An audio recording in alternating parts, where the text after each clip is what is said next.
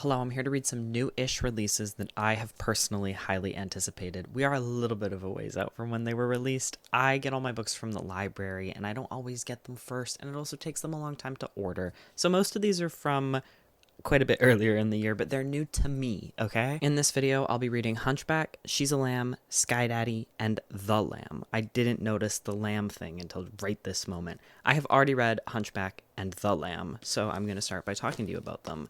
Hunchback was originally released in Japanese in 2023, and then the English translation by Polly Barton, which is the best name ever, was released in March of this year. How is your name 2 letters off from being Dolly Parton? I can't handle it. So Hunchback is a novella following a disabled woman living in a group care home in Japan who becomes fixated on the idea of orchestrating a pregnancy so that she can have an abortion. It is a fantastic book. I gave it 5 stars. If you don't want to hear the summary that will spoil everything that happens in it, skip this part. So our narrator Shaka spends her days in a pretty isolated bubble, mostly writing. At 40, she's kept the title of student. She's fought hard to keep the title of student for many, many years because she feels like it connects her to the society that she's very much on the outside of. It gives her a role in Japanese society, one that would prefer to think that disabled people don't exist, would prefer to keep them out of public life altogether.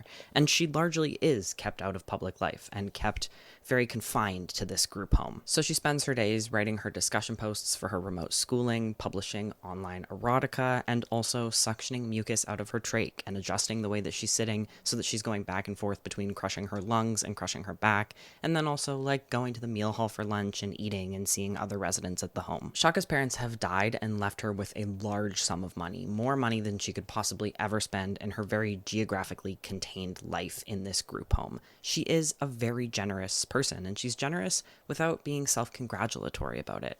Being in school for so long and also being a disabled woman, living life as a disabled woman, she has a very well-defined, well-developed worldview. And that extends to her generosity. She has lots of thoughts and opinions, and she's very level-headed in the way that she approaches most things. But at the same time, she also has this anonymous Twitter account where she screams into the void about all of the mundane things that she wishes she could have done. She admits that she thinks that this is immature and selfish and vapid, but she does it anyway, and it is a kind of release for her. Here, she'll say that she wants to be a high-class sex worker, or that she wants to take a bullet train. One day she has the thought that she wishes she could have had an abortion, and she convinces herself that doing so would solidify her personhood, taking away a life from a body that is dying through its fight to survive. She tweets this desire into the void, and the thought bounces around in her head for a little while. Now, for the most part, the workers at this care home, which Shaka owns, her parents left it to her, they do their best to treat the residents with a lot of respect and with genuine care for their well-being. There's little that they can do to push back against a society that doesn't want disabled people to be a part of it. They can't go out and make the world more accessible for them, but they can do their best, and they do their best. Other than Tanaka, a man who takes the first opportunity he is given to show his true colors. Shaka has put into the group chat with the staff that she's considering buying some gaming console or like VR headset to put in the common room because she had overheard at lunch some people expressing interest in that. The next time Tanaka is alone with her, he berates her for this, telling her that she has embarrassed him by flaunting her wealth and her generosity when someone like him, a beta male, which he self-identifies as, has nothing. And she's like, okay, he's a weird fucking freak, but she doesn't really care. A little while later, Tanaka admits to her that he has been looking at both her published erotica and her anonymous Twitter account, and he knows about this desire that she has to have an abortion. So they strike a deal, one that is mostly Shaka's idea. It might feel in hearing that she's being taken advantage of, but it doesn't feel like that when you're reading it. It feels like she's getting something that she wants from him, and there are also many different power imbalances at play between the two of them. There's man, woman, but then there's rich, poor, but then there's able-bodied and disabled, but then there's boss and employee, but then there's carer and cared for. He asks her for 100 million yen, and she says, no, how about 155 million yen? 1 million yen for each centimeter of your height. She is at once offering him significantly more money and also calling him short. At their agreed upon time, she gives him a blowjob, and he comes into her mouth. And having followed her and followed her body throughout this story, you know that this is bad news. You know that she doesn't have the muscles in her throat to cough this up, and she ends up with pneumonia, and she's hospitalized for it. She does survive, and when she gets back, Tanaka has left his position at this care home, and he also has left the check. At the very end of this book, it shifts perspectives to a different woman named Shaka, who is working as a high-class sex worker. From the start, you know that her name is Shaka, but it's really interesting the different ways that it shows you that it's not the narrator that we know. The very physical ways it shows you this, like her reaching down to pick up her bag and put her laptop in it.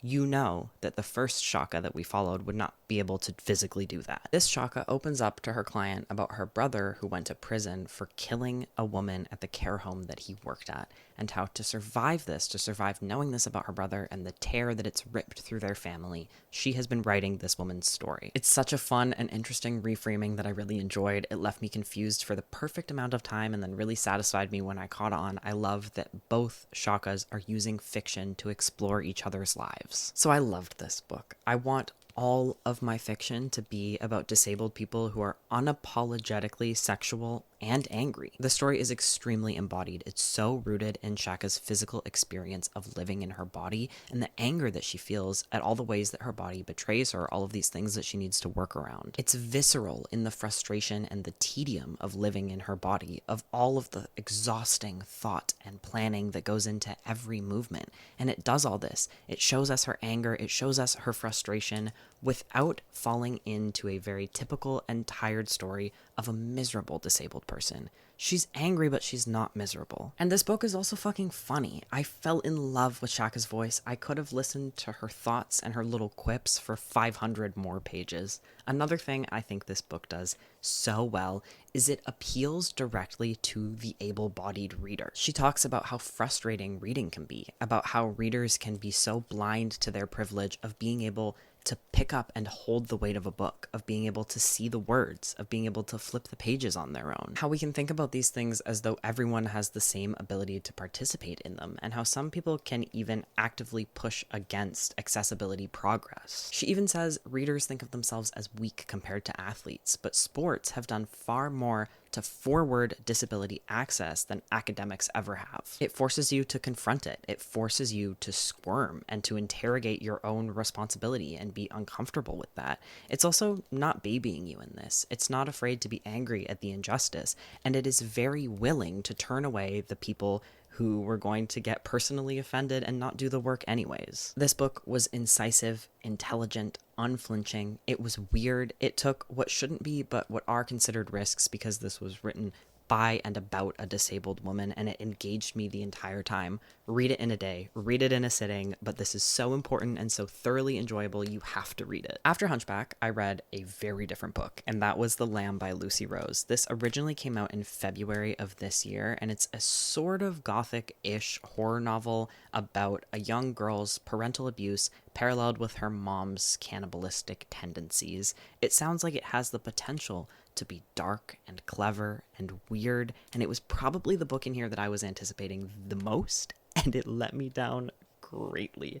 I'm going to tell you everything that happens in it, and then I'm going to complain to you about it. So it starts out when our narrator Margot is just turning 4. Her father has recently left her and her mama in their isolated rural cabin that they live in, I think somewhere in England. And for Margot's birthday dinner, her mom makes her a nice big hunk of human meat. Now, Margot is used to eating meat. Her and her mom, over the course of this entire book, catch what they call strays, which are oftentimes homeless people, but they more define it as people who are lacking a home inside of themselves. So fucking corny. Oftentimes it's hikers who have become lost in the trails behind their house, or it's people who've got a flat tire on the road where Margot's mom has spread rusty nails. Most of the book happens when Margot is around the age of 11. What I do find interesting about this book is that it's not an entirely isolated life that she lives. It feels very fable-esque, kind of like Grimm Brothers fairy tale bullshit thing happening here, and you'd think it would just be her and her mom all the time. But Margot does go to school. She does see other people. While she is not well liked at school, she's a neglected child. So, you know, she's weird and she's dirty. She does have a friend who she's quite close with, Abby. So Mama is feeding her both human meat and lies about the way the world is and what other people are like and how she should behave around them. The main idea behind these lies is that Mama and Margot are different from everybody else, and that no one could ever understand Margot to the extent that her mom can. Her mom also says, stay away from Abby. She's bad. She likes attention. That's the only reason she does well in school. And you need to keep your head down. Don't raise your hand. Don't draw attention to yourself. So quite a few times in this book, Margot goes through the sequence that her and Mama go through to catch these strays. People are pretty frequently knocking on their door, lost or in need of help, and Mama can look, just one glance, she'll know whether or not they're a stray. When Mama has decided that they're fit for consumption, Margot is tasked with making a tea that's laced with hemlock, just enough hemlock to subdue the person, not enough to poison them when they eat their meat later on. I don't like saying eat their meat. I'm gonna rephrase that next time. Immediately after the poisoning, but before the killing, there's this sequence that often happens where Mama is filled with like sexuality and desire. They often dance together. She often strips the person down. Sometimes they have sex. All of this in front of Margot the child. Margot's mom has an insatiable appetite both for consuming and for fucking human flesh. But other than the brief little flings that she has with the strays before killing them, the only person her mama has seen since her father left is the gamekeeper, who's a man who lives in the nearby town, who is abandoning his wife and daughter to come and cheat with Mama. They see each other for a while, but he ends up deciding to devote himself to his family, and he leaves and doesn't come back. Everything in Margot and Mama's life changes when a very mysterious stranger named Eden shows up at their door. She is not a stray. She is Mama's new obsession. Now, Eden has shown up at a time when they are at their most hungry. Mama refuses to go shopping, and they only eat, really, people. And it's the dead of winter, which is when there are not very many hikers. So the two of them are fucking starving. Eden shows up, and they're excited for a moment, thinking that they'll finally get a meal, and then they realize that she's actually going to become part of the family.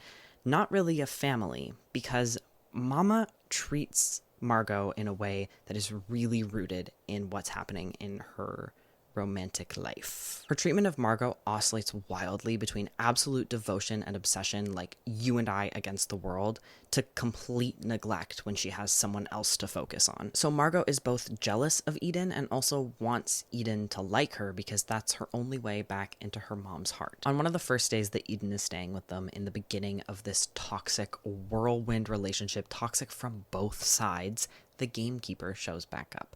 And even though he isn't a stray, Mama, in her embarrassment and her desire to prove to Eden that she's the one and only, she kills the gamekeeper.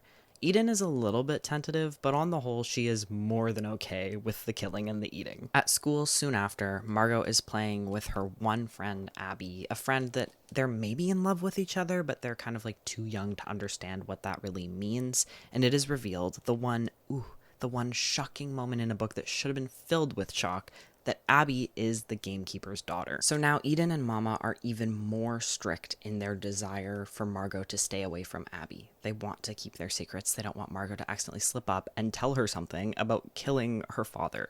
So there's tension growing in the house because of that. But an even stronger point of tension is between Eden and Mama, who have very different beliefs about what to do about strays.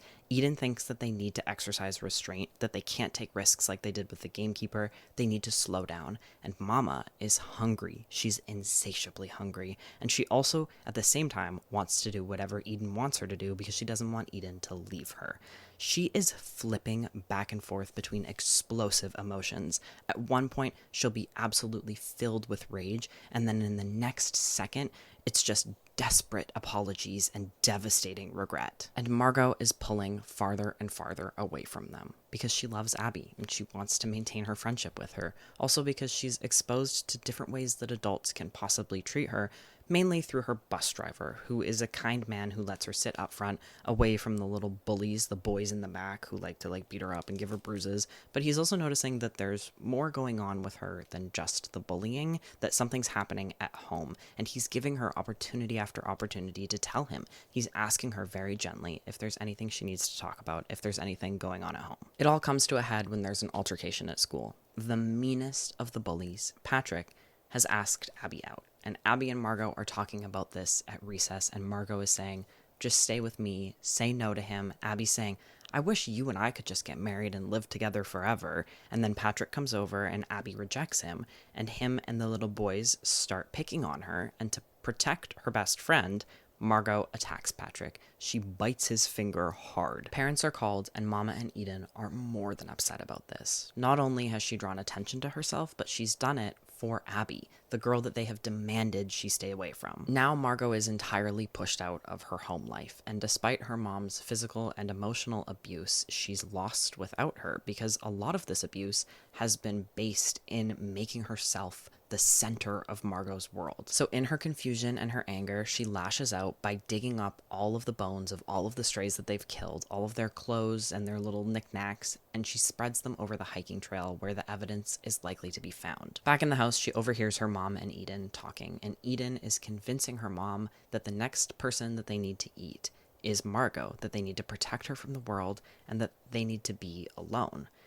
Margot's mom acquiesces pretty quickly. She doesn't really want to be a mother, and she's tired of, dealing with Margot acting out. So for the final bit of the book, Margot is locked in her room and chained up, and she's slowly eating their hemlock reserves, trying to poison her flesh for when Mama and Eden eat her. It's this very drawn-out death where for some reason they keep her alive for weeks, and she knows that she's going to die. At one point, they find the empty graves, and they are so filled with rage because, oh my god, they're gonna be caught, but then they end up finding most of the evidence anyway. On her last day alive, the stalk that they're going to eat her flesh with is simmering on the stove, and she manages to sneak the rest of the hemlock in there. She's killed, and then it shifts to her perspective as a ghost, which in my opinion was needless and corny. They make their meal, they eat their meal, they're poisoned by their meal, and then weeks later the bus driver comes to check on her and finds the scene. The end. So that may sound at best interesting, and at worst just okay, but what I cannot convey to you in a summary is the worst issue with this book, its largest, most glaring problem, and that is its endlessly pretentious writing style. All this book wants is to be applauded for having beautiful writing, and it won't do anything else. It comes across as so incredibly try-hard, so in love with itself, so in love with its own words. It's the worst kind of poetic, where it's trying so hard to be deep and to be pretty, and it's failing at both counts, and reading it is so embarrassing. I feel so much secondhand embarrassment reading this fucking book. With all these dumbass similes, absolutely everything is like a broken promise, and this very basic writing that is trying to create an image that is beautiful and sad and very Tumblr-esque. It's trying to do three things, and you'll notice that in these three things, have a narrative or develop a character. Not part of it. Not part of what this book was attempting. It was trying to have depth, to make me feel an emotion, and to be visceral and evocative, and it failed on all three counts. It was entirely shallow, a shallowness that is bolstered by and made even more clear by the bullshit MFA writing. I literally could not make myself care about these characters, which is crazy in a story that is about abuse and a young girl's desperation for love and to be seen. It's almost a feat to make me care so little about her. In these scenes where the bus driver is giving her an opportunity to talk to him, to open up, to maybe escape her living conditions, I needed to feel some kind of tension or anticipation. I needed to feel dread when she didn't. I needed to feel devastated by it. None of that. It makes me think of my favorite book ever, Stone Butch Blues, which I'll bring up at any opportunity I'll get. There are so many points in that book where the narrator is so isolated and so alone and has the opportunity to open up to someone and then doesn't, and it is the most sickening feeling I have ever got from a book. Obviously, The Lamb, this debut, was not going to be anywhere near Stone Butch Blues, but having had that experience, I think it's wild that it didn't even get a wisp of it. And then on that last point, it was trying so hard to be visceral that it just ended up as nonsense. Going on for sentence after sentence about chewy icing. That doesn't mean anything. What are you talking about? You're just throwing shit at the wall. You're trying to describe things in an unconventional way, but you're not creative enough to come up with novel ways to describe things. And chewy icing's not a fucking thing. And to be clear, it was not a reference to fondant. It was piped icing that it was talking about. That's not chewy. You can't make that chewy. What? Another thing that flopped hard and really stood out to me in this book is the terrible kid voice. I have such an issue with authors trying to write from the perspective of a child and clearly not spending any significant or meaningful amount of time with children. Being 11 years old is not being both 6 and 15 at the same time. It's being 11. That's a different experience. You can't just take a really young voice and then like a midway teenager voice and combine those. Half the time she's 6, half the time she's 15. And oh, look at that. Now we have an 11-year-old. Not how it works. I don't think that Lucy Rose has ever talked to an 11-year-old. I think that she thinks being in, I think, her 20s and having experienced being 11 10 years ago, at least, is a good enough basis to be able to write an 11-year-old's voice. Failed. And it's not just the narrator. Abby's voice as well. Absolutely horrible. Nothing. It was nothing. I also think that all of the voices were lost here in the attempt to have beautiful writing. Like, Eden and Mama are often going on these, like, absolutely random monologues where they speak in a way that's so overwritten. I think it's deliberate, but it doesn't make for a fun reading experience. It's trying to be fairy tale-esque and dark, and it's just not doing a good job of either. I also cannot handle when extremely pretentious writers get things wrong. Like, I think you need to get literally everything right, or it is humiliating. Like, Lucy Rose, at many points in this book, misuses the word but. She'll separate two clauses in a sentence with but, and it doesn't make sense. It should be and. Okay, I'm completely taken out. What are you talking about? Why does this say but? Also, at more than once, she says hot and bothered in a way that made it very clear that she doesn't know what hot and bothered means. And it was so, someone needs to tell her, so inappropriate. Like, no, the 11-year-old is not hot and bothered. She's warm. She's warm and annoyed, or warm and anxious. Part of why I couldn't force myself to care about this book is also because of the pacing. It is so incredibly repetitive, and like I said, it's in love with itself, so it just drags on and on and on because it thinks it has beautiful things to say. I always know a book has failed when I'm 20 pages from the end and I have to actively force myself to continue picking it up. I just wanted to put it down. I didn't care. I didn't care what happened. This should be when it all comes together. There should have been tension here. There should have been dread here. I just wanted to get to the end of it, and I couldn't even compel myself to do that. I was totally indifferent towards this horrible, bleak ending that wanted me to feel something about it. I've decided, based on, to be fair, really limited evidence, that literary horror writers who use cannibalism as a device are all doing it in the same way, and that way is pretentious and it's boring. I'm looking at you, Bloom. I'm looking at you, A Certain Hunger, and I'm hating you, and I'm hating this book for reminding me of you. It was painstakingly overwritten. The characters were flat and motivationless. It failed to execute what could have been a great concept, and it failed to live up to not one but two fantastic covers. I hated this book, and I'm supremely disappointed by it. Next thing I'm going to read is probably Sky Daddy by Kate Folk, because I like to save one that I'm more fascinated by for the end, and that's She's a Lamb. I have heard that this is not as about being obsessed with and maybe falling in love with airplanes as you might think, which has moved it a little bit lower on my TBR, so this is the next read. I'll see you when I'm done with it. Hello, I'm here to talk to you about Sky Daddy by Kate Folk. I can't believe that I told you I wasn't that excited for this. I can't believe I wasn't that excited for this. I went in with expectations of a kind of just okay book, a sort of gimmicky book, and I came out with a new favorite. I loved this. In short, this is about a very weird, lonely, isolated woman who is sexually obsessed with airplanes. There's so much more to it than that, and I'm going to tell you everything that happens in it right now. So it begins with an introduction to our narrator, Linda, and immediately she tells us the most important fact of her being, both narratively and to herself and her own perception of self, and that is that she wants to marry a plane. Marrying a plane to Linda means getting into a plane, and the plane chooses her to be his wife, and crashes into the ground, uniting them forever in death. This is not really born out of a desire to die. I think you can see a lot of this as a metaphor for suicidality, but I don't really think that it's as simple as that. Linda is just really fucking weird. It's not necessarily that she craves death. She craves airplanes. She just really fucking loves planes. It is the driving force of her life. She works as a content moderator in the hate and harassment branch, which is more just like text-based stuff. Her friend, her only friend in the whole world, Karina, also works here. She works in the violence department, which is more kind of, I think, what you would think content moderation is. She's looking at videos of violent things and removing them from the internet. The two of them became friends because Linda comforted Karina when she saw a really gruesome video of the aftermath of a plane crash. She confided in Linda and told her that she's very afraid to fly, and this just heightened her fear. And Linda has always felt a kinship with people who are afraid of flying. She feels like they're on different ends of the same spectrum, both believing that they will die in a plane crash, just having really different feelings about it. Karina has up until this point really just been a work friend, but like I said, Linda's only friend, often her only interaction in a day.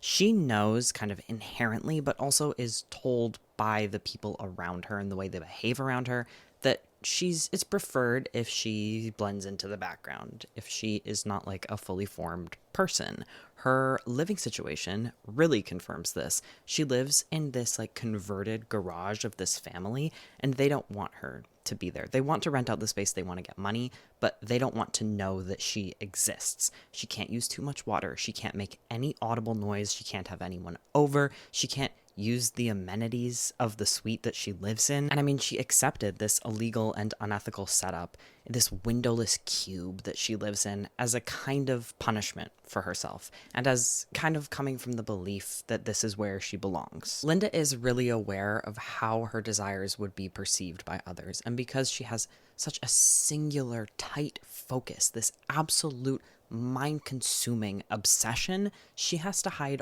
all of herself. She can't give little parts of herself to anyone. She can't really get close to anyone, even Karina, without giving away these deep innate desires that she has. But her friendship with Karina does move outside of work when Karina invites her to this thing that her and her friends do, a VBB, or a vision board brunch. Once every quarter, they all get together with vision boards that they've made, and they do this like group manifestation thing. It's kind of silly, and they kind of know that it's silly, but it's nice to really like deliberately think about what you want in life and to have other people witness it. And of course, this is perfect for Linda, who at her core believes in fate and destiny and predetermination and the power of the universe. But she's also really conflicted because she knows that what she really wants is not socially acceptable. But because she believes so strongly in the power of the universe and the power of manifestation, she can't put kind of like false ideas of what she wants onto this board, false visions, because she thinks that they will be given to her. And she really has just one goal: to die in a plane crash. So she's struggling because she cannot possibly bring herself to come up with an acceptable vision board. And this is really like the driving force of Linda's entire life, this conflict between the fear of judgment and the need to tell the truth to get herself as close to her desires as she can. She decides to veil her true desires by focusing on the idea of marrying a pilot. She thinks this could be fine. This could be a fine thing for the universe to give me because at least I'd have more access to flights. She's kind of like an asexual character. I mean, to be 100% clear, she is very, very sexually into planes, but she views the male body from this really neutral, objective viewpoint. Like at one point, she described someone's abs as like corn on the cob. But with this pilot thing, she thinks that if the universe grants this wish, she'll have more access to flights, she'll have more discounts on flights, and she'll have more of a chance to get to her true desire. Right now, she takes one flight a month. She's had to limit herself because she went on what she calls a flight binge after her dad's death. She got a little bit of money from selling his boat, and she just flew and flew and flew and flew, clearly in response to the grief of losing her dad, and it didn't go well for her. She lost all of her money, more than just what the boat got her, and she ended up having to live with her brother, who she doesn't have a great relationship with. So she's come out of that, and now she's like, one flight a month, that's all I can do. But if I marry a pilot, I would be able to do more than that. So she agrees to go to the brunch, and she creates a vision board covered in stock images of pilots. Also, there's a lot of planes on there, which she knows that she can explain as representing travel. She does as well add in a photo of the CEO of Airbus. So she goes to this brunch, and these women are not like her. They're all wealthy, they're all Stanford graduates, they are all at a very different stage in life than Linda is. Even Karina stands out a little bit within this group. Each woman shows a very typical typical expected kind of vision board, showcasing the things that you would think would be on a vision board, like marriage or babies or a new house or travel or career goals. And as it winds down towards Linda's turn, you're getting increasingly stressed. There is a lot of tension because you know that she has made a very atypical vision board. But then it's okay. I mean, I do think that part of this book is Linda not quite picking up on people's probable, like, shared glances and stifled laughter, but they treat her with quite a bit of kindness, and they even offer explanations to fit her board into what they're expecting it to look like. Like they say that the CEO on the board is representing her wanting a change in career, or like a movement up the career ladder. Sure, dating a pilot might be really specific and they might question it a little bit, but it's not too out there and they can still fit her into their social expectations. After this brunch, she's feeling good and she's starting to think maybe dating a pilot is actually a really good idea. I'm going to get onto the dating sites and I'm going to look for a pilot. She gets Karina to take some photos of her for her profile on their lunch break, and then she talks to some men, one of them being a suspiciously young man who starts this conversation off by saying, "Hey Linda, I'm a pilot, wanna bang?" But she is a naive dreamer, so just in case, she goes on a date with this man named Simon. And of course, he's not a pilot. He starts talking about women these days and why he's always got to lie. He's like a nasty little dude, but also somehow in some ways kind of endearing. She starts talking about her love of planes, thinking that she can just say anything to this guy. It'll bounce right off of him. Obviously, this goes nowhere. She does end up sending him a link to her workplace because he says he's unemployed and her workplace is always looking for new moderators. High turnaround in that job. After the date is her monthly flight. And while she's waiting to board, she sees in the flesh the CEO of Airbus. And this convinces her that her vision board is being manifested. Even Simon can fit into this because she thinks to herself, I put up stock images of pilots and the universe gave me a man pretending to be a pilot. She gets on this flight and it's absolutely insane. So ritualistic, so methodical, and so erotic. She sits very specifically on the starboard side of the plane in the window seat because that's where she was sitting when she had her sexual awakening on a plane when she was 14. Her and her family were going to Chicago, and there was a patch of clear air turbulence where the plane dropped like a lot of feet, and everybody on board thought that they were going to die. And she, in this moment, had her first orgasm. And while she'd always been obsessed with planes, this added a sexual element to it. So much so that the specific plane that they were on has become this plane of her dreams. It was decommissioned shortly after, so it's not a plane she can ride, but she thinks about this string of numbers that identify this plane. She thinks about it constantly. On her flight, she presses herself up against the wall of the plane. She takes her shoes off to maximize skin-to-skin contact. She slips inside of herself a piece of a 737 that she bought online, and then she orgasms over and over and over again. She doesn't even need to touch herself, particularly when there's any amount of turbulence. When she lands back home after her return flight, she decides to commit herself to her job so that she can get more money to fund more flights. And of course, she's already planning next quarter's vision board. After a little while, there's an incident at her work where one of the night shift crew lasted a little bit, broke some monitors, shit on someone's keyboard, so someone from their parent company, one of the bosses, comes in to check in with everyone. This is Dave. Dave asks her,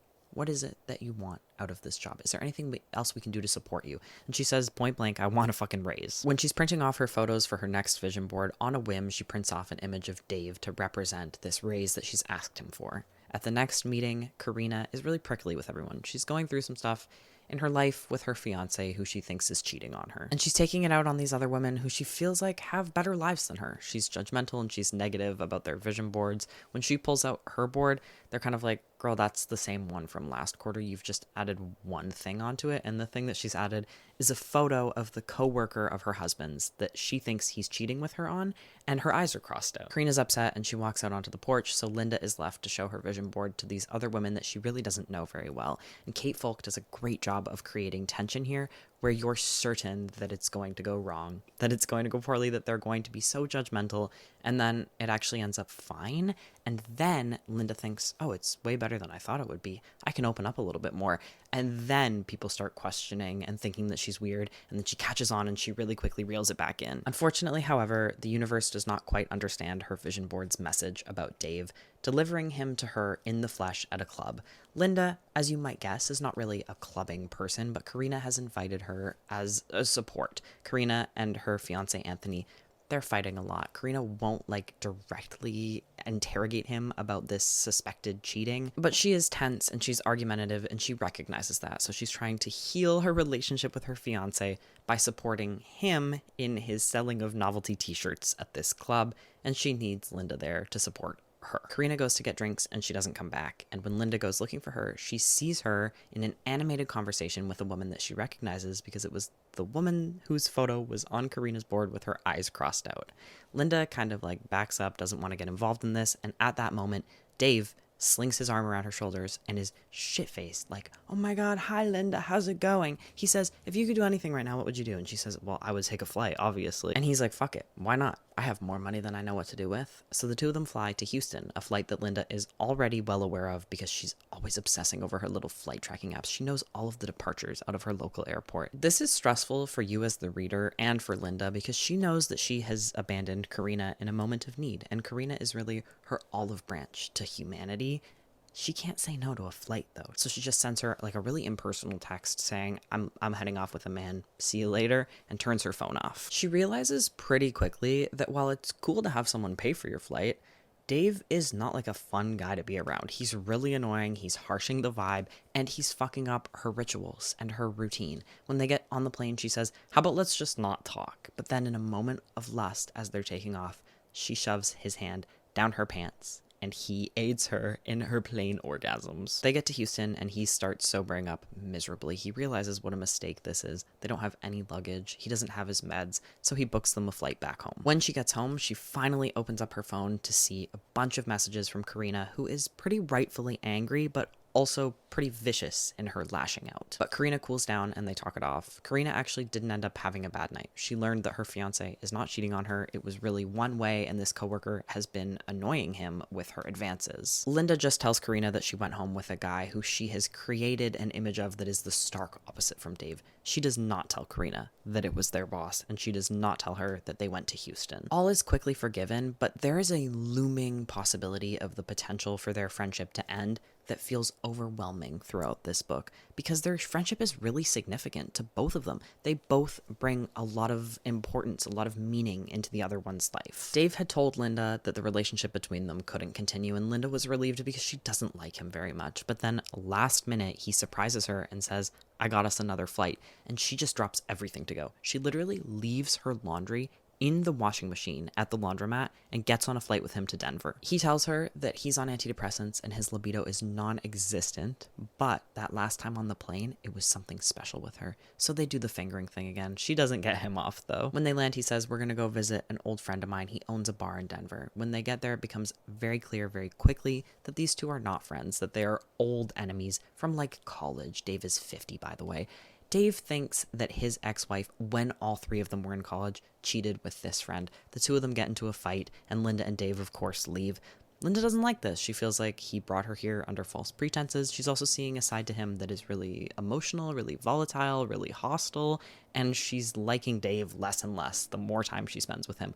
Already starting out not liking him very much, and it's just going downhill. She had previously thought that he was just kind of an annoying, pathetic little man who needed someone to talk through his midlife crisis with, but now she's seeing him as potentially more sinister. So when they get back to San Francisco, she breaks it off with him, but he will not take no for an answer. He will not stop harassing her, calling her over and over and over again. She's been keeping Karina half in the loop, not telling her who this man is or what they've been getting up to, but kind of telling her like, there's this man, he's fucking harassing me, this guy that I met at the club. She wants to tell Karina the truth, but she's really worried about how much lying she would have to admit to if she did that. But it's getting harder to keep this from Karina because of how erratic Dave's behavior is becoming, and because she's spending more time with Karina. She has been enlisted to help Karina get over her fear of flying. That guy, Simon, who she had went on that one date with, who pretended to be a pilot, he started working with them, and he told Karina what Linda had told him about enjoying going on flights. And Karina, who is getting married soon, wants to go on a honeymoon to Honolulu, but she is so afraid of flying that she doesn't think that she could make it.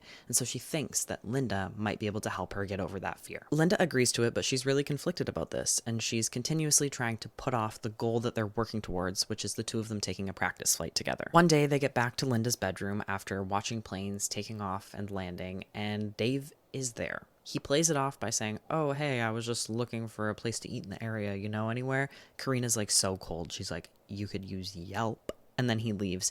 And Linda kind of takes a breath, but then Karina immediately goes, okay, what the hell's going on? Why is Dave outside your house? Obviously, they didn't get away with it. So Linda comes clean fully, and Karina is not angry with her. She's angry with Dave, who she feels took advantage of an inexperienced and vulnerable Linda as someone in a position of power over her. It's a huge relief to have Karina know this. It's very hard to watch Linda hide things from her. They have now practiced enough getting Karina comfortable with the idea of flying that she feels ready to take a flight, and Linda is so conflicted about this because she has spent weeks telling her friend that she's safe, that she's not going to die in a plane crash, but it is the most essential fact of her being that she believes every time she gets on a plane that she's going to die. The two of them get on the plane, and Linda is overcome with the feeling that this is the one that she's going to die on. Even more strong of a feeling than she felt with her sexual awakening at 14. And she loves her friend, and so she tells her, we're going to die on the plane, of course, instantly undoing all of Karina's progress. But it doesn't stop there, because Linda tells her everything in this moment as they're waiting for the plane to take off. She says, this plane wants to marry me, and we're going to crash into the ground, and I want you to make this decision for yourself, but I would love it if you would die with me and be my bridesmaid. And Karina thinks this is some sick joke, and she disembarks. And as soon as she steps off the plane, the feeling is gone. Part 3 is Linda vowing to change. She is no longer friends with Karina. Karina won't speak to her. She thinks that she had this very cruel joke played on her, that all of this progress was undone for absolutely no reason, and she won't let Linda explain it, and even if Linda could explain it, it's a weird fucking explanation. So Linda has deleted all of her images of planes. She's deleted the flight tracking app. She has bought a hat to wear when she's outside so that she can't look up at the sky and obsess. With Karina sitting in a different place at work, not making eye contact with her, won't give her the fucking time of day. In her loneliness, Linda falls back into the arms of creepy Dave, who she invites on a road trip with her. She wants to go visit her mom for her 60th birthday party, and she can't fly. She's sworn off of flying, so she needs to make this 8-hour road trip. She doesn't think she can do it alone. Dave agrees, even though he's not super excited about the road trip thing, and then last minute he says, actually, I have booked us some flight tickets. She's like, fuck, I don't want to invite him to my family's gathering. Like, I didn't want to introduce him to them. Now I gotta deal with this guy, and I'm not even getting what I want, which is accompaniment on the road trip. They're in first class this time. They do their little thing, they do their little fingering, and she does jerk him off this time, and the blanket falls off his lap, and then when she looks up, she can see that a woman across from them is filming. When they land at the airport, something happens that I cannot describe to you the magnitude of. She gets off the flight and she looks out the window and she sees a plane that she recognizes. She looks at the tail number, and it is the plane that she had that sexual awakening on. This plane has been the center of her obsession. She thinks about it all the time throughout this book. She dreams of this specific plane, and it is no longer out of commission and is now flying. She can now take flights on it, and her entire obsession just comes rushing back. This is her one true love, and seeing him changes everything.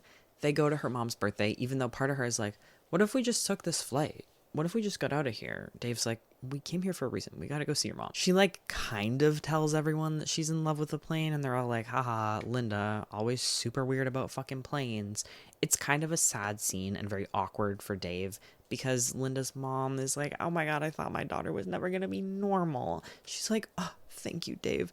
I really thought that she was just gonna be obsessed with planes, living on her own for her entire life. And Dave is like, we're literally not even dating. I'm just pretending to be her boyfriend. This awkwardness finally kind of turns Dave off of her, and he breaks it off, but it doesn't matter because Linda now has one goal, and that is this flight that I'm going to call N98. It has a long string of numbers. I don't even know if those are the correct first 3 numbers. It's something like that. It doesn't matter. This is all she can think about. At work, Simon, who works moderating in the porn department, tells her that he saw a video online of her and Dave on an airplane.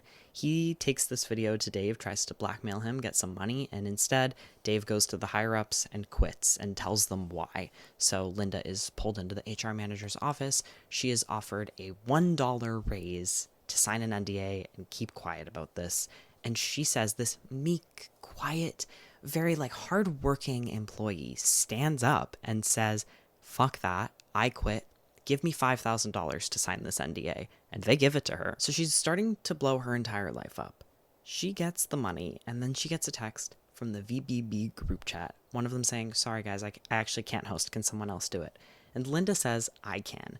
You know this is terrible. You know, first of all, that her suite is not appropriate for hosting. It is one windowless room. You know that the women are going to judge it, and you know that her landlords, who are very strict, are going to find out and are not going to allow this. And you're kind of judging her through the eyes of these other women. You know that she doesn't meet the expectations of where a woman in her 30s should be in life, and you adopt those expectations, and you are fucking stressed for how this is going to go. She's throwing her life away, and she's aware of it, and she builds this new board thinking, these women are going to judge the fuck out of this. This is going to make them deeply uncomfortable, but I don't care what they think of me. I just need them as witnesses to the manifestation process. She starts setting up her little bedroom with her towel still damp from her shower laid out across the end of the bed so she can put the gas station snacks on it. She fills bags with clothes, like garbage bags, black garbage bags with clothes as beanbag chairs for seating. And then the women start showing up, and it's actually okay. One of them tells her that Karina is going to come. She talked to her this morning, and this does make Linda nervous. It's not something that she was expecting, but she is a one-track mind on her goal path. Sure, the women come in and they look around judgmentally. They might be a little bit shocked, but they don't say anything like outright mean to her about it. And they are able to let loose a little bit. I mean, they are doing something a little bit out there with the manifestation mantras that they chant, and they are able to accept Linda's difference. Her living arrangements aren't a deal breaker. What is a deal breaker is her fucking insane vision board. She has covered this board in gruesome images of plane crash debris, of images of planes like going straight towards the ground, and of herself and a plane, the plane N98, with a just married banner above them. They think this is insane, of course. All of them except Karina, who sits there like this is what she expected, and another woman who's like, this is insane and I kind of love it. They're all very offended at her blasé attitude towards plane crashes, thinking it's some kind of sick joke. So they leave, except the one woman on her way out grabs her and whispers, you don't listen to them. You chase your dreams, you crazy bitch. And then Linda heads to the airport, and she takes flight after flight after flight. For weeks, she does not leave the confines of airport travel. And part of you does want this for her. You don't want her to die, but you cannot help but root for Linda reading this book, and this is what she wants, and she makes you want it for her. You can't help yourself but feel a warmth and an attachment to Linda, and you want what she wants, and she doesn't get what she wants. What happens is that she runs out of money, and she decides to just wither away in the airport until she dies. The whole time she's been flying, these past few weeks, Karina has been desperately trying to contact her. Every time Linda turns on her phone, there are so many messages and calls from Karina, who is mad but is really worried about a woman who was her friend, who has shown obviously very concerning behavior and then disappeared from her own life. And through a lot of persistence, Karina manages to track her down. And one day, Linda looks up and Karina is walking towards her. And the first thing Linda says is, oh my God, did you fly here? And she did. Karina says, I'm here to take you home, Linda. She has thought about it and she has decided that Linda can be weird as fuck. And that doesn't mean that she's not a good friend, and that doesn't mean that Karina doesn't need her. These two women have been so meaningful in each other's lives, and in worrying about her friend, Karina has realized, actually, I'm fine with it. She can do her thing, even though I don't get it. Whatever, I just want her back. When Linda says, when are you going back? Karina says, whenever you're ready. The two of them spend the night in a hotel.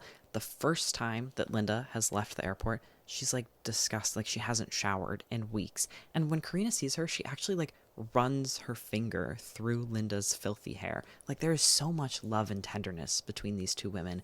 She's not even disgusted by touching her grease. Karina manages to convince Linda to come home with her. She has found her and she has brought her back to humanity.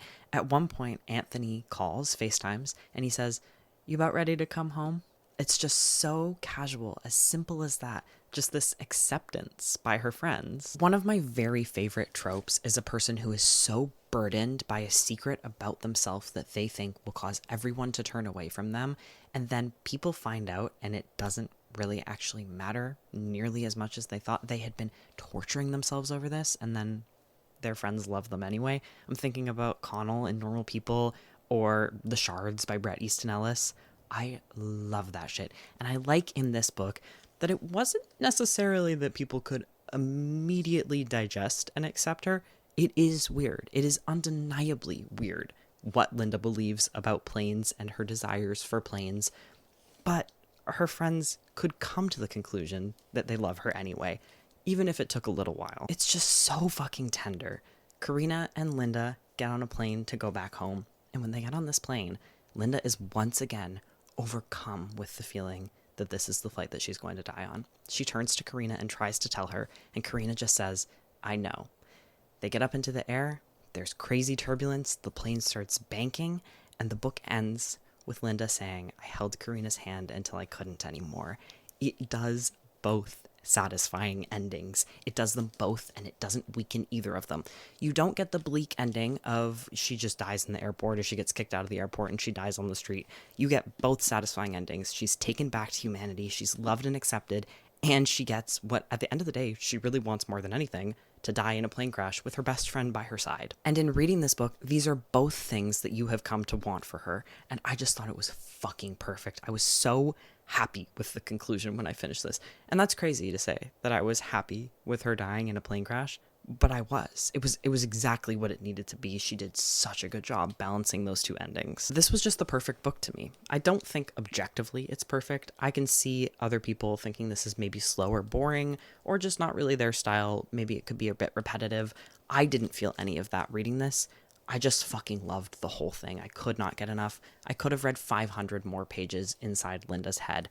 It never felt boring to me. I felt like the stakes were created really well. There's a lot of tension with her keeping these secrets, and like a lot of social tension that is cringe, like stomach turning, cringe inducing. But also, Linda is endlessly fascinating. I mean, she's absolutely absurd, and it is a very in-depth, intimate character study. Like, she has this really strict moral code that only really relates to her relationship with her destiny. She has really strong ideas about right and wrong, but only right and wrong in the sense that, like, right leads her towards her desires being fulfilled and wrong leads her away from them. Even though you can look at her and you can think that you have never met anyone like her, and her conclusions and her thought processes are not things that you ever would have expected, there's never a moment in this book where you feel like you can't understand Linda. Even through the distance that her weirdness creates, you cannot help but root for her. And though she is very distant, she's relatable in so many ways. Like this uncertainty about whether she's going to be invited back to the vision board brunch, her thinking about it all the time, trying to like kind of bring it up, but not be too obvious with what she's doing. And then finally one day, Karina just very casually is like, what? Of course you're invited to the next one. Aren't you in the group chat? So relatable. I am never in the damn group chat. It was just such a well thought out deep dive into Linda's psyche, and I adored seeing how she perceived the world and being in her brain. Not a moment of this felt boring to me. I absolutely flew through it. I could not get enough. All the characters in this book felt like they were really complex and nuanced and well developed. Like, Karina is a good friend, but she's not the perfect friend. She can be volatile, she can be hostile, and there's no simple summation of her. I loved the significance and the meaningfulness of the relationship between Karina and Linda. I loved the sweetness and the tenderness between them. It was done perfectly. It takes you on this journey with Linda, where both of you at first believe that Karina is being nice to her in a kind of pitying way, and then you come to understand that Karina is more complex than Linda sees her as. She is a more full human being. She's not just like the perfect, beautiful coworker who Linda could never be like. She has her own issues, and she genuinely likes Linda. I thought it was really cool that Linda's freakiness is not rooted in some past trauma like books about weird women tend to do with their lead characters. Like she says, it was with her from birth. It is innately part of her. But at the same time, it is impacted. It goes the other way. It impacts the way that she engages with her obsession when bad things happen in her life, when her parents get divorced, when her dad dies. I think it does a really great job of putting you inside her insane head. I think that you spend so much time in there with her weirdness and her obsession that you yourself start to like internally normalize these things, and then it rips you out of her head and puts you into the real world when people start perceiving her, and all of a sudden you're like, oh my god, wait, this is so fucking weird and they're gonna know it. On top of all that, I love the way that this book is written. I think that it's so observant and so funny. Kate Folk does a great job of creating a really distinct voice with a dry sense of humor and this use of simile that is so hard to master. Genuinely, like, she is walking a line I don't see often walked, where she is not being cliche with her use of similes, like fucking Matt Haig as fast as a cheetah, but she's not going so hard trying not to be cliche that it's absolutely nonsensical like the lamb that I was just complaining to you about. She strikes a perfect balance where she's able to very effectively and efficiently set up an evocative image and then tie it all together with a simile. Like, for example, there's this one point in here where Linda is describing her adult stepbrothers, who she's met one time. Her mom has remarried like quite recently. She met them at a dinner and she described them as large, pale, interchangeable men who sat quietly beside each other and said very few words, like beautiful white cows. This book about a woman who wants to marry a plane by dying in a plane crash was genuinely moving and tender. It makes you care so much about its characters. It was shocking and surprising and cringe-inducing and laugh-out-loud funny. It was absolutely strange, and not just for the sake of being weird. It was viscerally awkward and at times very disturbing. And at the end of the day, it's just a very beautiful story about two women trying to like figure shit out and the powerful friendship between them, and about a woman who is trying to hide herself to be accepted and she can't do it. I think this was incredible and I fucking loved it, and I will read anything that Kate Folk writes. She's amazing. She's exactly the author that I'm looking for. One of my favorite contemporary authors after this. Out There was a great short story collection.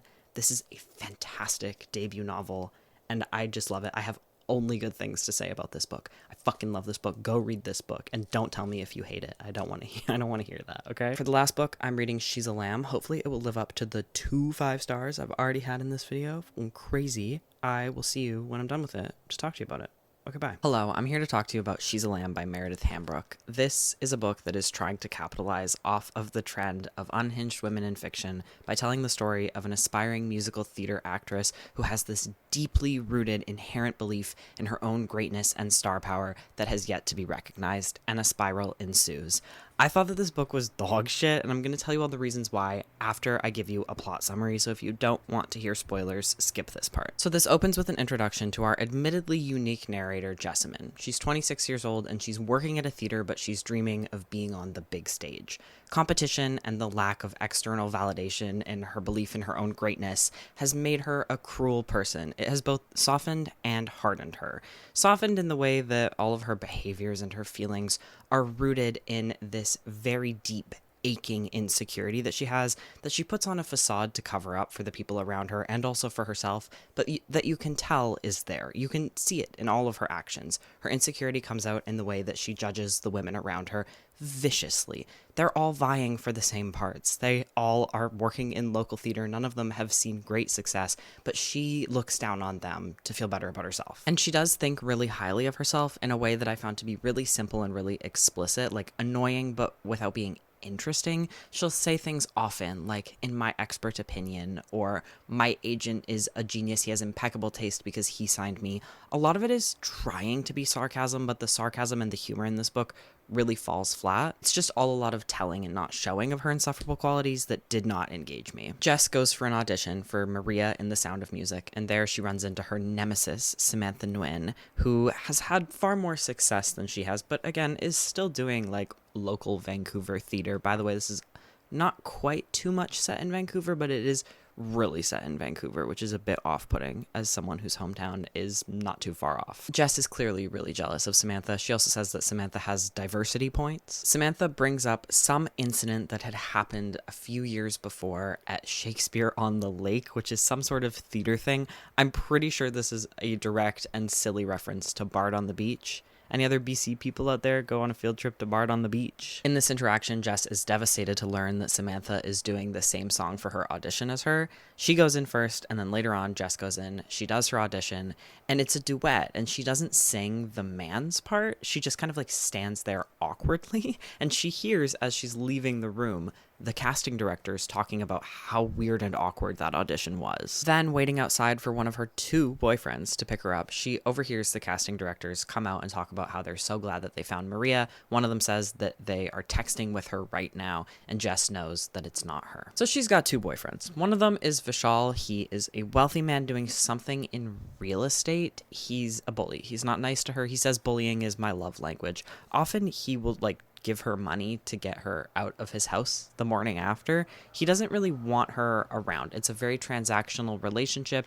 It is, and she says this, in a lot of ways, it's sex work. Just worse for her because it is so under the table, so casual, so unacknowledged. There are no rates. She doesn't really get to have any expectations about the money that he gives her. Her other boyfriend is Anton, a man who originally was her stalker. He got obsessed with her. He used to follow her out of productions that she was in, follow her down the fucking street, begging for her attention, and then screaming at her, throwing lit cigarettes at her, and then getting really, really apologetic and sobbing and begging for forgiveness. She called the police on him many times, but they said what they often do to women who are victims of stalking, which is that we can't do anything about him threatening to kill you until he actually kills you. So she decided to turn it around, to make this attention something more positive for her. But it is still, of course, a very volatile and emotionally abusive relationship that they're in. I mean, he is always following with these mood swings. He's doing this same thing that he was doing when he was stalking her. Love bombing her, giving her so much attention, and then getting angry and having a huge fucking tantrum, and then sobbing and begging for forgiveness and telling her that he's the worst person in the world. With their relationship, he's always swinging back and forth between complete and total devotion, unbridled rage, and then pathetic desperation. The other major relationship in her life is with her vocal coach, Renee, who the reader can clearly see is incredibly manipulative, is taking advantage of Jess's vulnerability. She piles on these fees, knowing that Jess requires someone to tell her that she's wonderful and talented, and Renee will take that role at a high cost. So Renee's arms are where she falls into after she realizes that she didn't get Maria, but a couple days later she gets a call from Michelle, the director, and she immediately convinces herself that this is Michelle calling her to tell her that she's gotten the role, that whoever was originally going to get the role has turned it down, and now it's Jess's role. She is going to be Maria. And this is one of the first examples of a very boring pattern that repeats over and over and over again in this book, where Jess totally and utterly convinces herself of something that isn't true. She just absolutely falls into her delusions as she walks over to someone who's asked to speak to her, and she comes up with what is going to happen, what she thinks is going to happen. She goes into great detail. It'll go over pages and pages, and then she's disappointed. It's never what she expects. There is no tension built up with this, so it just becomes an annoyingly repetitive pattern. You're never brought close enough to believe in her delusions, so it just feels like filler between the setup and the delivery. This will be a theme for my review of this book. The lack of tension or dread or building of suspense means that it kind of fails at everything that it's trying to do, and it is an insult to the genre it's trying to fit into. Right before she heads into this meeting with Michelle, she calls her dad and she tells him that she's getting the role of Maria. Obviously, this has not been confirmed in any way. And her dad, who she hasn't talked to in a long time, who is not supportive of her, had actually cut off financial support when she dropped out of theater school to focus on her lessons with Renee. He flips a switch. He turns it around completely. He's so supportive. He's so happy for her. He says, we're going to come to every night of this show. Me and my young wife are going to fly out to see you. So of course, Michelle doesn't offer her the role of Maria. She doesn't actually offer her a role at all, not even in the chorus. She asks Jess to take care of the children, essentially to be a babysitter. She'll get a credit as assistant director, and she can call herself their acting coach, but she's really there to make sure that they learn their lines and that they don't make a mess. This is, of course, an absolutely devastating blow to Jess, but in her shock and confusion at this offer, she accepts it. She goes back, falls back into Renee's arms, and Renee convinces her in a way that is not even foreshadowing. It's basically just telling you what is going to happen in the book.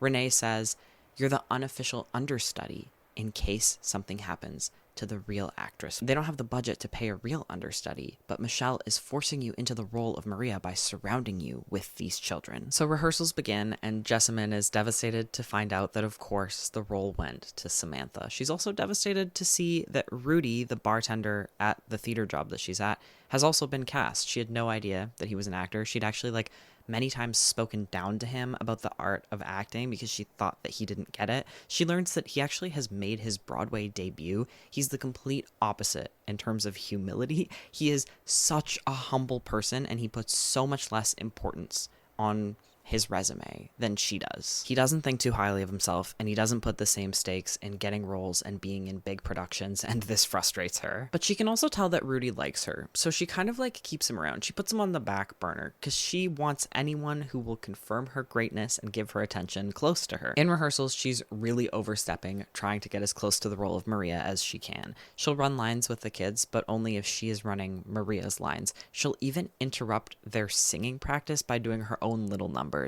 It's weird, but they need someone to take care of these kids, so no one really says anything to her. But there are bigger issues with this production. They're having a lot of trouble with their leading man, who is kind of like the male version of Jessamine. He's entitled, he's full of himself, he thinks he's so much better than this low-budget local production, and he will take any opportunity given to make everyone else feel bad about themselves, to feel lesser than him, particularly Samantha. He is often interrupting rehearsals to stand back and make Samantha do things over and over and over again. Like, he's just being cruel for the sake of being cruel, and he's the biggest name in this production, so everyone just lets him do it. And the more tension there is between Samantha and the leading man, the more disdain he shows for her, the more excited Jessamine gets. She thinks this is never going to work.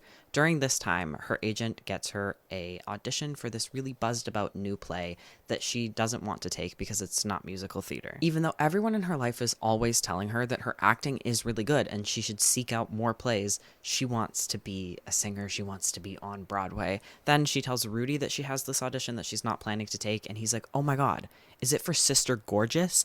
Everyone has been talking about that. That is like the new big thing. So without telling him, she does go for the audition. This is a play about a nun during the AIDS crisis who's kind of like questioning her faith and reckoning with the harm her church is causing in their response to it. So in this audition, Jess is doing a monologue, and she just like totally throws herself into it. She takes it as very angry, and it's a different direction than what they want for this monologue of this nun questioning her faith and like directly denouncing her God. They want her to do it again with more vulnerability. And so she does it, and she puts herself in that space by questioning her own personal God, which is her belief in herself. And this totally and completely takes everything out of her. It's a fantastic performance, and she is basically immediately offered the role, but she rejects it because she has looked inside of herself and seen what her life would be like if she didn't believe in herself as specifically a musical theater star, and she is not going to take any role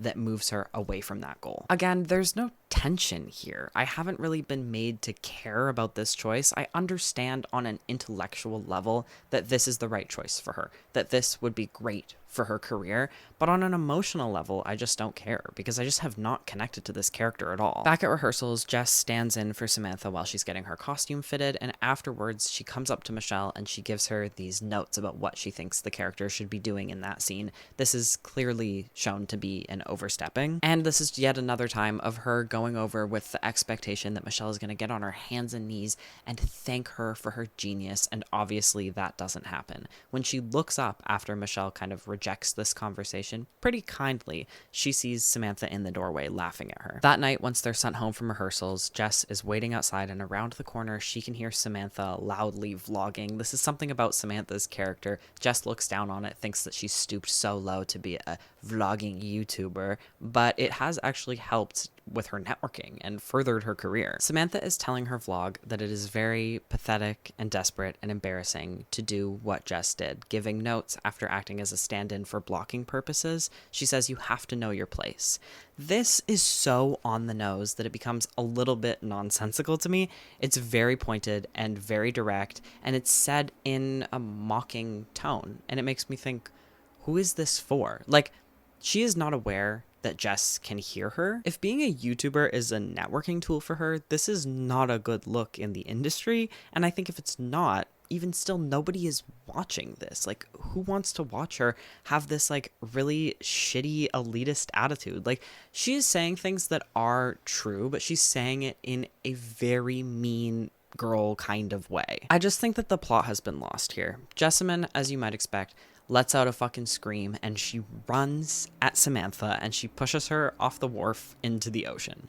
There's this kind of rescue scene after Samantha yells for help. They try to get her out. They drop her back in by accident. She says she thinks that she's broken her ankle, which immediately fills Jess with joy. Once she's out of the water and loaded onto a stretcher, Samantha points at Jess and accuses her of pushing her in. But Jess is a good enough actor to brush this off, and she's also a delusional enough person that she is able to convince herself that something else happened. We watch as she rewrites this narrative, something that she's very well versed in doing. In her personal life, both of her boyfriends have asked her to move in with them, and she has kind of rejected them both. Anton she rejected outright, and they're kind of in a rough patch because of it. Vishal asked her to be with him because he's been seeing a therapist and he's had a sudden change of heart, and she kind of was so shocked that she didn't respond, and he took her silence as a yes, which rightfully enrages her. There's a thread that connects throughout this entire book of the way that men treat her. Like, literally every man in her life. They all treat her, romantically or not, in a way that is so rooted in their own self-serving intentions. They're so manipulative of her vulnerabilities, and this makes her violently angry. This also connects, not just throughout the book, but to the next thing that I want to say, which is about Rudy, who has started looking at Jess with this weird, unfamiliar pity. Rudy asks her to go to the bar with him and says he wants to talk, but then there's an incident outside of the theater after rehearsals. You see, Samantha did not actually break her ankle. It was just a sprain, so she doesn't need to be, like, imminently recast. So Jess is trying to scare her by using Anton, putting him back in the role of stalker, just this time of Samantha. But it all goes to shit because Samantha, with her injured ankle, has parked far closer to the theater than she typically does, and so when Anton confronts her and starts harassing her, everyone is there to see it, including Rudy, who goes over to help. The situation escalates, and it ends with Anton being taken away in the back of a police car. It's only after this that Jess and Rudy go out for their drink, and here Rudy tells her that Samantha has told him the secret of what happened at Shakespeare on the Lake, this thing that has been looming above her. Most of her colleagues know about what happened, but she doesn't ever want to talk about it. What had happened, objectively, is that she had been the victim of a predator who preyed on a lot of young actors at this, like, theater camp thing. In her own narrative, because like I've said, she is able to come up with narratives that fit who she wants to be and how she wants to be perceived, she was just his favorite. But in her memory of it, she was absolutely assaulted. So she protests Rudy's framing because it is far better for her perception of herself and the narrative that she wants to portray, and far easier for her to think of herself as being this director's favorite because of her talent and not someone that was taken advantage of. And we see Rudy's true colors here. He has been shown as, like, a seemingly nice enough guy throughout this book, definitely nicer than all the other men in her life, but what he says here is not shocking. It doesn't feel entirely out of character. I think it just kind of reframes everything else that he has said in the book, because he plays the nice guy hero here after unexpectedly out of the blue bringing up Jess's assault, which she wasn't even the one to personally tell him about, forcing these memories back onto her. He starts talking about how he'll never let anyone do that to her again, how he'll protect her, how if that guy was here in the room right now, he would strangle him with his bare hands. It is disgusting. They're literally not even dating. Like, they're just really work acquaintances. It shows us that he is just as self-serving as any other man in her life. He's just gross in a different way. So this is where things really start to spiral. In an order that I don't think is all that important, she's evicted from her apartment. Both of her boyfriends break up with her. Anton, because he has become actually, like, genuinely obsessed with Samantha. Vishal, because she not so discreetly asked him for money to pay for a whole bunch of lessons with Renee, whose house she shows up at in the middle of her breakdown and in the middle of the night, and they get into an argument. She shoves Renee. She then grabs the Tony off the wall to throw across the room, and she realizes that this is a fake Tony. Renee's like, I never said that I want a Tony. It's just there for inspiration.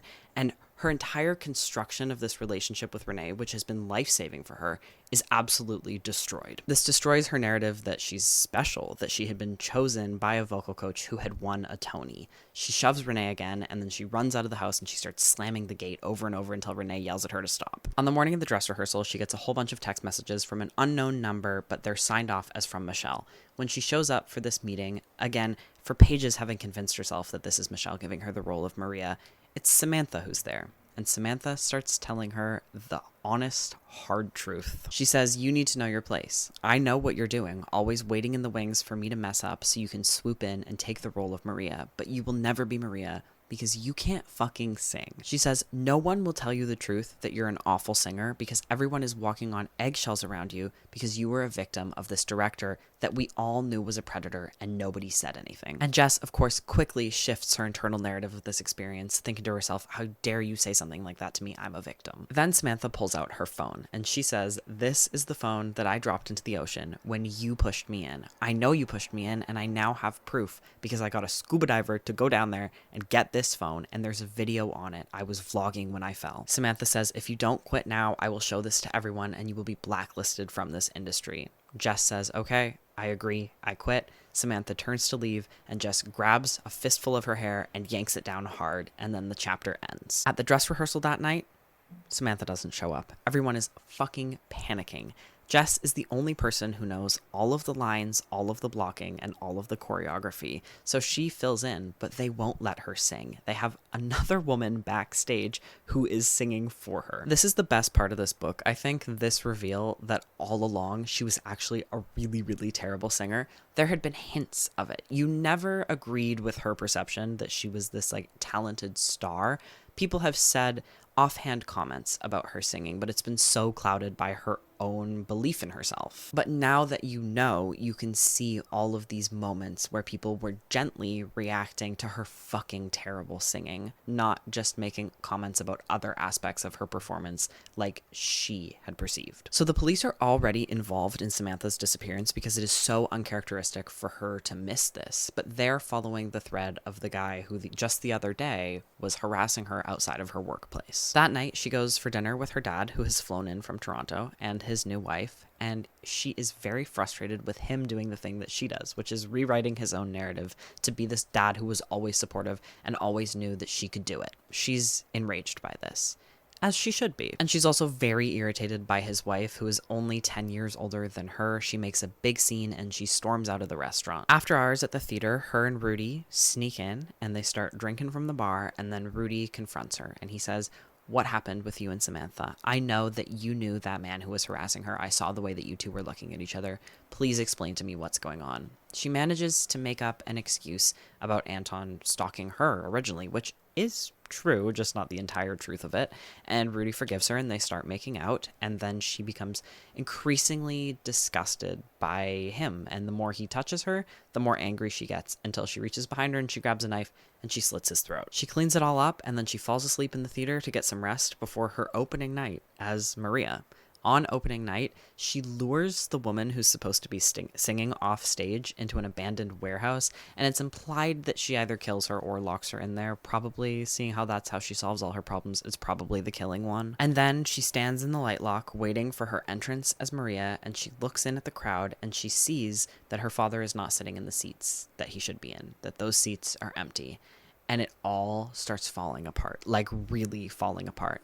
Then, in the corniest choice that could have been made, she hallucinates the ghosts of the 3 people that she has killed, and she loses it. And she runs out of the theater outside, where she runs into Anton, who tells her, I was just with the police. They're looking for you. They know you had something to do with Samantha's disappearance. She manages to pull it together. She makes her entrance as Maria, and all of a sudden, she is no longer blinded to her own lack of singing ability, and she can hear how fucking awful she sounds.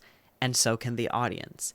It starts with just like dead silence, them just staring at her, completely failing on every note.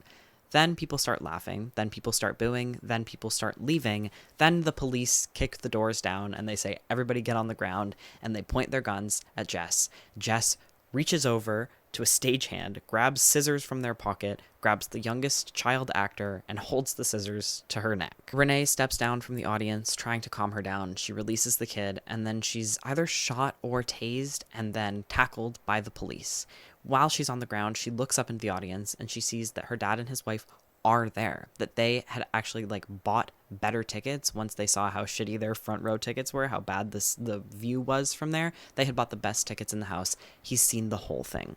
The book ends with her dad's new wife running down the aisle, telling the police officer who's digging his knee into her back to stop because he's hurting her. I do like that this is the person who stands up for her in the end, the woman who she had called her father's child bride, who she looked down upon, who she had slapped her hand away at the dinner the night before. I think that that was a great choice, but everything else about this ending I hated. You're telling me she hallucinated the ghosts of the people that she killed? Like, fuck off. Every other beat hit here was either entirely predictable or entirely corny. I think you know from the very start of this book that it's going to end in a disastrous opening night of this play, and then it does. So like I've said, this book's main issue is that there's no tension, there's no dread, there's no building of suspense. Sure, you can make a delusional character, you can write that if you want to, but you can't make me invested in her delusions or in the truth being revealed to her if there's no tension to make me care about what happens in the book. While it does all fall apart in this snowball of things just going wrong in her life, it doesn't work because it feels like you've been thrown into the middle of the snowball's trajectory. There hasn't been any effective build-up for this. It wants me to care about her eviction or her boyfriend's breaking up with her, but it hasn't actually set out any consequences for this, physically or emotionally. There's supposed to be this pressure throughout the book with her dad believing that she's got this part, with planning this trip to come and see her perform, but I haven't been made to care about what her dad thinks. She doesn't really seem to care about what her dad thinks. There's no depth in the interpersonal relationships. They are all very empty and meaningless. I don't feel her emotions, her desperation, her obsession. It's all totally inaccessible to me. What I wanted was a more well-defined spiraling of her mental state. I wanted a higher frequency or a ramping up of the frequency of violent fantasies. I wanted more and more and more unhinged behavior as the story goes on, and I just didn't really get that. Instead, it's this repetitive back and forth of unrealistic expectation and then a rude awakening to reality. And that's it. My other major problem with this book is mostly just a personal preference. I don't like the voice that this is trying to have. It's this like casual, colloquial kind of way of talking that I think completely falls flat. I don't think that it is easy to pull off, and I don't think you should try in your debut. I will give you a couple of examples here. Okay.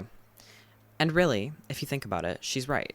Of course, some bitter old cruise ship musical assistant director is going to say stuff like that. He works for a cruise ship, and he was like probably 50. Like, imagine if that was your job at 50. Obviously, your judgment is poor. Obviously, you have no taste. And it wasn't even like a good cruise line. It was some dinky one I'd never heard of. He was obviously a talentless hack. Couldn't recognize greatness if it spat in his mouth, which I'm sure he'd enjoy. It sounds much better reading it out, and that's the issue. It is written like the way people talk, and there's so many likes. That's like my main problem is like every other sentence we're using like as a filler word, and I understand that as a way to either give some humor or as a way to sort of like dampen vulnerability or earnestness, because this is a very closed off character. It just does not work for me or my reading experience. There are too many useless words in here. And also like the attempt at humor. He said poverty would be character building, which, I don't know, hard disagree, I guess. Like, I don't need that. I don't need that. I don't need the random question marks trying to make me read this in the tone of someone speaking. It's a book. It can be a book. You can let it be a book. You're not skilled enough to pull it off. I'm sorry. It doesn't work for me. The humor fell flat throughout this entire thing. I think that it was every opportunity to try to throw in a little bit of humor or a little bit of sarcasm. Like, you can hear this is a very sarcastic voice. It just doesn't work. And it's attempted over and over again. On a kind of more positive note, I did think this book was really well paced. I was never bored by it. I didn't like it. I didn't feel connected to it. I didn't care about it. And I hated the voice so much that it made me like just generally apathetic towards the book. But I could see that there was never any moments where the plot really fell off or where it was way too intense. I also really enjoyed how it showed a very specifically frustrating and annoying kind of like stage parent and stage kid. It wasn't a huge focus, but those were the characters that I was most interested in. The lack of depth in this book made me struggle to care when chaos struck, and when chaos did strike, I didn't feel like it was fully delivered. It just, at the end of the day, felt overdone and corny. I think this is trying to jump on the train of unhinged feral women entering into desperate, inescapable spirals, and I don't think it holds up to literally any of them. I'm sorry. This is a stinker of a note to end on. We got 2 fantastic books in this video, 2 not so great ones. If you want to hear a more positive review of Hot Air by Marcy Dermansky, I am going to put that up on Patreon. It should be up by the time this is up. So go and check that out if you want something maybe like a little bit more positive and happy to end off this reading new books about unhinged women. By the way, I didn't frame it like that in the introduction. I didn't really realize that these were all very thematically similar. Hunchback a little bit less so, but that's now the new title. It was going to be new books, reading new books, but now it's reading new books about unhinged women, because that's what they all were. Okay, bye.